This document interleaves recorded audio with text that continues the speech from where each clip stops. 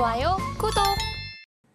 오늘의 주제입니다. 정부가 한국전력공사의 독점 전력망 사업의 문을 민간에 개방하는 방침을 추진 중입니다. 그러면 우리나라 전력시장 판도 변화 어떻게 나타날지 자세한 내용 다뤄보겠습니다. 한전이 독점하던 전력망 사업에 대해서 민간에도 기회가 열릴 전망입니다. 업계에 따르면요, 산업통상자원부가 다음 달에 발표할 전력계통 혁신 대책에 민간 기업의 송전선로 사업을 포함시킬 예정이라고 합니다. 정부가 이렇게 민간 개방을 하는 방침의 배경은 어디서 찾을 수 있을까요? 일단 에너지 정책에 대해서 저희가 좀 한번 생각을 해보면 에너지 정책의 최우선순위는 에너지 안보입니다. 좀 잘 아시겠지만 지금 우크라이나 전쟁 때문에 유럽에서 전기요금이 가장 많이 오른 나라가 어디냐면 독일이에요. 네. 독일이 전기료가 많이 오르고 또 겨울에 난방도 공급을 받지 못하고, 그러니까 사실 생각해보면 에너지 안보가 정말 중요한 상황으로 되고 있고요. 에너지 정책에서는 안정적인 공급, 그다음에 경제적인 공급, 그다음에 안전한 공급이 에너지 정책의 기본 정책이라고 합니다. 자, 생각해 보시면 안정적이다라고 말씀하는 것은 우리 여름철에 전력이 부족해서 제대로 전기를 공급하지 못하면 안 된다, 뭐 이런 거 많이 겪어보셨고요. 그다음에 경제적인 공급은 뭐 가격면이겠죠. 네. 이번에 전기료를 올려야 된다고 했는데 실질적으로는 기업만 산업용만 조금 올리고 아직 가정용을 올리지 못하고 있습니다. 아시다시피 뭐 가정용을 올리는 게 물가와 상관이 있고 또 내년 총선하고도 물려 있는 여러 가지 복잡한 사정이 있어서 경제적인 공급적인 면이 있고요. 그다음에 안전한 공급이죠. 전기 사고가 나면 안 되잖아요. 특히 감전 사고가 나면 뭐 인명이 손실된다든가 아니면 갑자기 정전이 되면 그와 관련된 사고들이 많죠. 얼마 전에 그 놀이공원에서 정전 사고가 났는데 네. 알고 보니까 놀이공원의 사고가 아니라 전체 전기망이 정전되는 바람에 놀이공원 기계가 멈추는 그런 사고도 있었잖아요. 그래서 안전한 공급이 기본 정책입니다.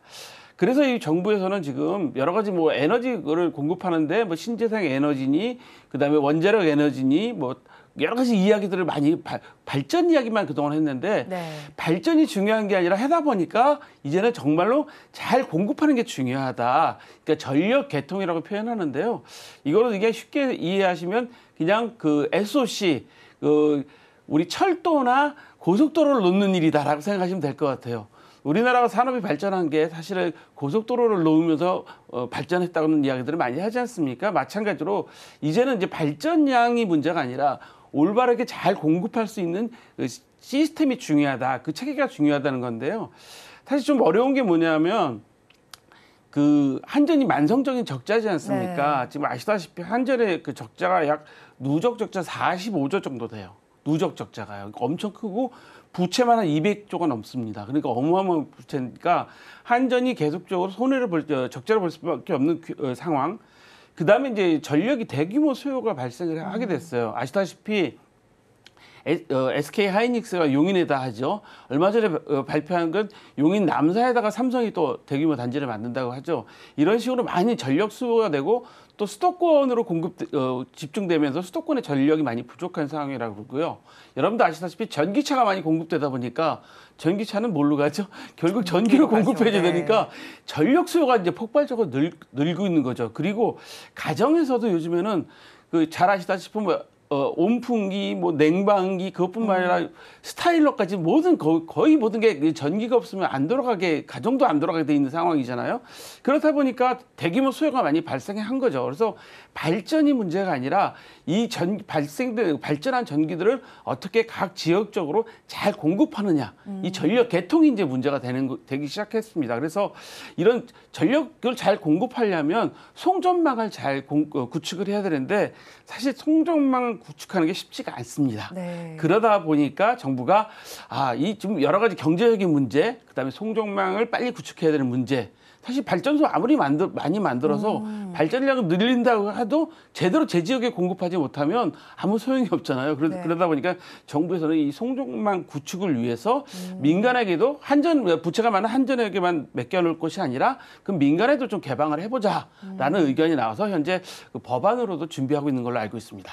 정부 차원의 공급에 대한 문제에 네. 많이 좀 고심을 하고 있는 것 같네요. 그런데 한전의 경우에는 최근에 10개 분기 만에 흑자로 전환이 됐습니다. 하지만 또 앞으로 다가올 4분기엔 다시 또 적자의 늪에 빠질 걸로 보이는데 전력망 사업을 이렇게 민간에 넘겨주게 된다면 한전의 손익구조에 어떤 영향을 미칠지 굉장히 궁금합니다. 한전의 부담이 줄어들 걸로 예상이 되긴 하는데 부작용은 또 없을까요? 저는 이 아이디어는 꼭 좀 필요한 아이디어다라고 생각을 하는데 왜냐하면 전력이 사실 국가의 이제는 SOC의 최우선입니다. 네. 그 최고 중요합니다. 아시다시피 우리 방송도 지금 전력이 끊어지면 아무것도 할 수 없죠. 여러분들이 갖고 계신 그 핸드폰도 스마트폰도 전력이 없으면 아무것도 할 수가 없는, 이 전기가 없으면 사실은 물과 공기처럼 네. 어떻게 할 수 없는 그런 시대가 됐기 때문에 전기가 가장 중요한데요.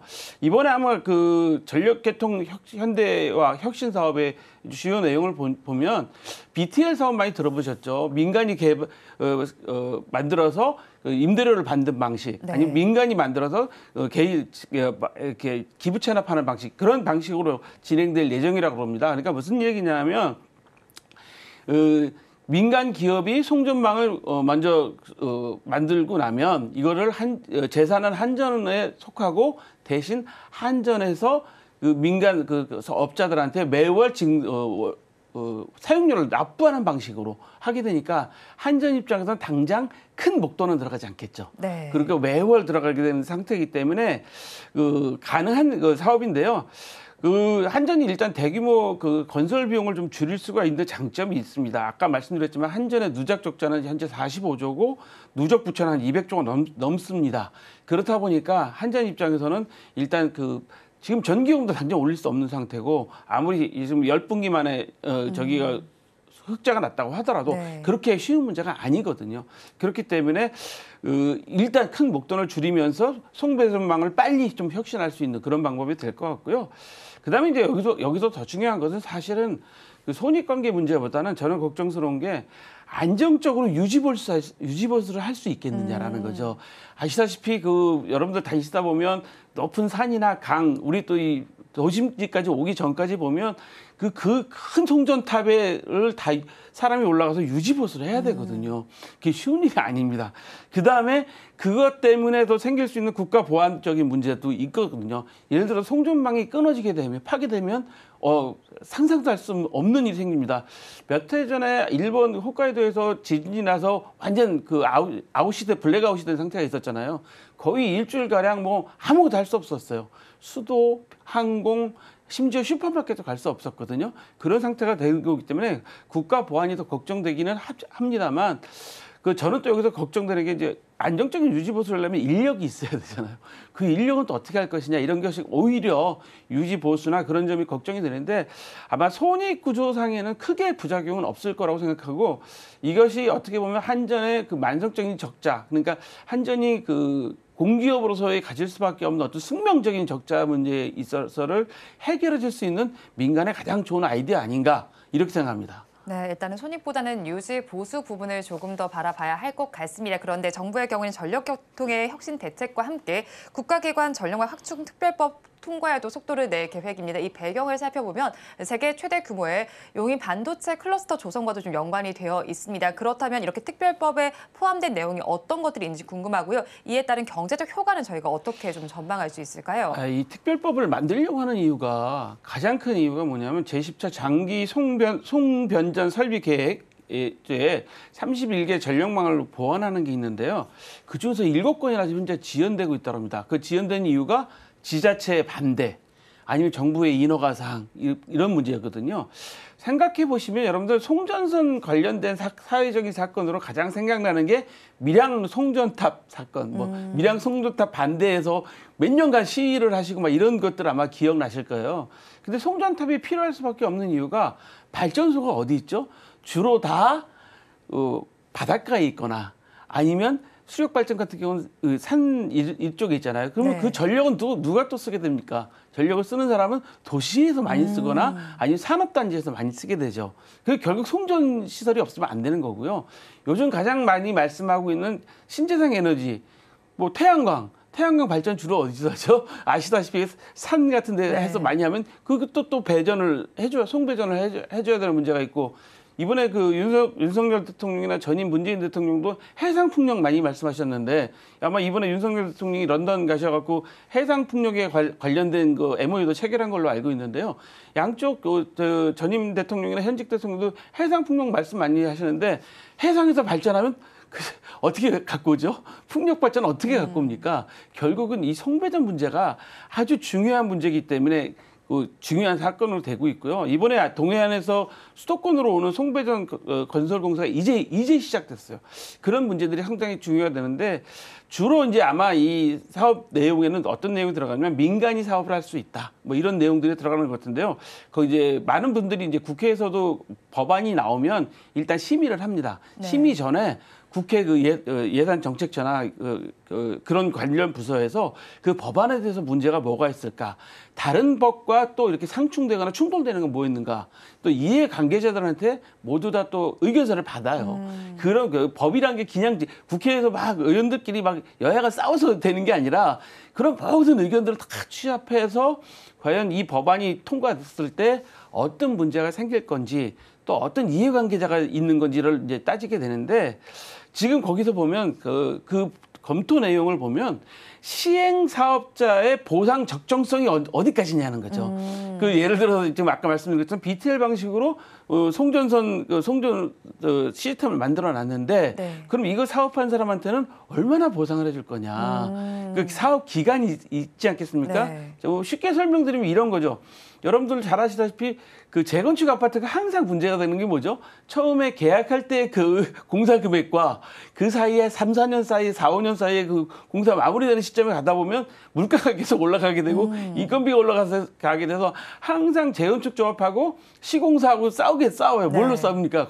건설 공사비 갖고 싸우잖아요. 마찬가지로 처음에 계약할 때와 또 송전 선로 공사는 시간이 많이 걸리니까 그러면 그때까지 보상을 어떻게 해줄 것이냐, 그게 어느 정도가 적정한 것이냐, 또 이분들이 또 송배전 공사하시는 분들도 뭐가 필요할까요? 금융이 필요할 거 아니겠습니까?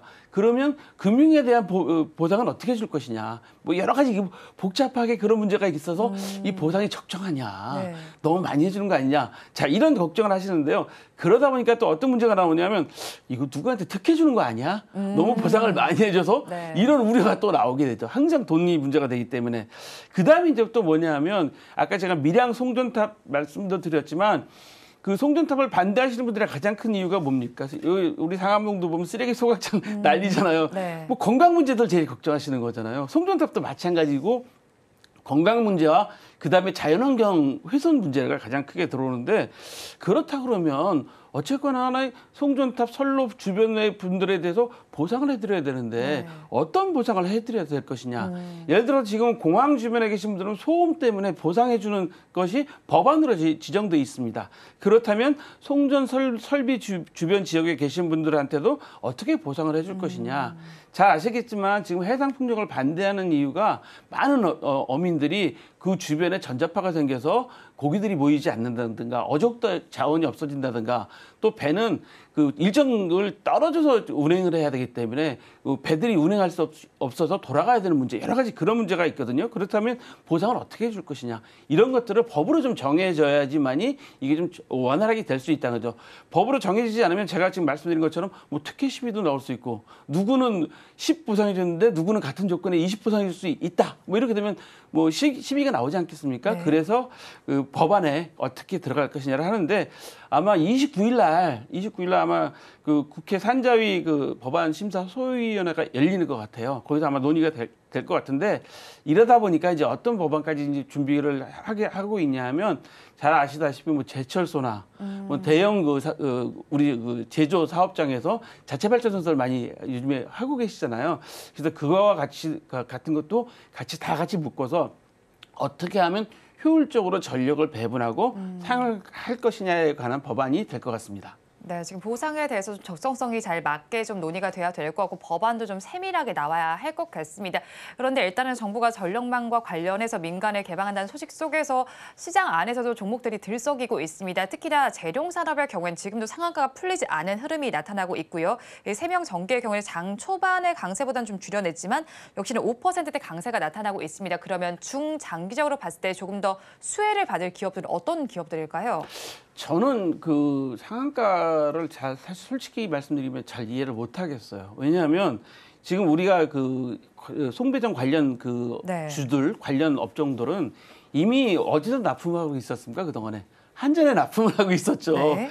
그렇기 때문에 기본적인 기술력은 인정을 받고 있는 거고 기본적인 품질은 인정을 받고 있는 거죠. 자, 자재나 금구류, 뭐 차단기 뭐 이 송배전에는 그냥 단순한 게 아니라 많은 구축하고 설치 기술들이 따라가고 배열해준 소프트웨어도 필요하겠죠. 그래서 저는 그 이런 업체들도 중요하겠지만, 그러니까 쉽게 말해서 이제 부품이나 뭐 이런 기자재 이런 업체들도 중요하겠지만 오히려 설계나 설치와 구축과 관련된 종목들을 좀 주시해봐야 되지 않을까라고 생각이 들어갑니다. 그렇다면 송배전탑을 세우면 어떻게 하시죠? 잘 아시겠지만 뭐 헬기로 기자재도 실어 나르고 예를 들어 그 밑에 송배전탑이 쓰러지지 않도록 토목공사도 철저하게 해야 되잖아요. 그렇다면 그거와 관련된 종목들을 좀 보셔야 되지 않을까라고 좀 생각이 되는데 지금 당장의 기자재나 뭐 여기서 금구류, 차단기 이런 업체들이 당장 오를 것이다. 이미 그 업체들은 계획에 따라서 납품을 하고 있고 기술력은 기본적으로 인정받았기 때문에 좀 섣부른 거 아닌가 생각되는데요. 참고로 말씀드리면 2036년까지 송배전 투자 비용이 어느 정도나 예상하고 있냐면 약 56조에서 70조 정도 추정하고 있습니다. 그렇기 때문에 이번 법안 통과되면 좀 사업이 좀 빨리 되기 때문에 뭐 투자에 효력이 있다는 건 이해가 되지만 너무 성급한 투자는 좀 조심하셔야 될 것 같습니다.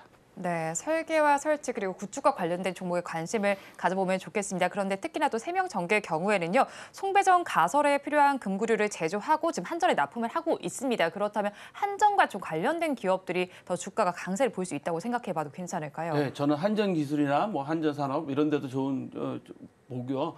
그다음에 송배전선에 다른 것만 들어가겠습니까? 아시다시피 그 전선이 들어갔잖아요. 네. 그럼 대한전선 이제 LS전선 그런 업종들도 이제 거고요. 그다음에 이 송전탑에 올라가면 뭐가 되죠? 주로 다 철강으로 올라가잖아요. 특수철강으로 올라가니까 네. 철 관련된 철강 종목도 아마 네. 우수한 게 될 것 같습니다. 거기다가 송배전을 설계하는 업체, 뭐 우리 반도체도 사실 제조보다는 설계하는 업체들이 수익이 네. 높잖아요. 그런 설계한 업체들도 좀 잘 찾아보시면 좋은 투자가 될 것 같은데요. 이 송배전 사업은 사실은 금년 4월서부터 이미 그 이야기가 나왔던 거기 때문에 그때 눈여겨보셨던 분들은 지금 조금 좀 효과를 보시지 않았을까 기대됩니다.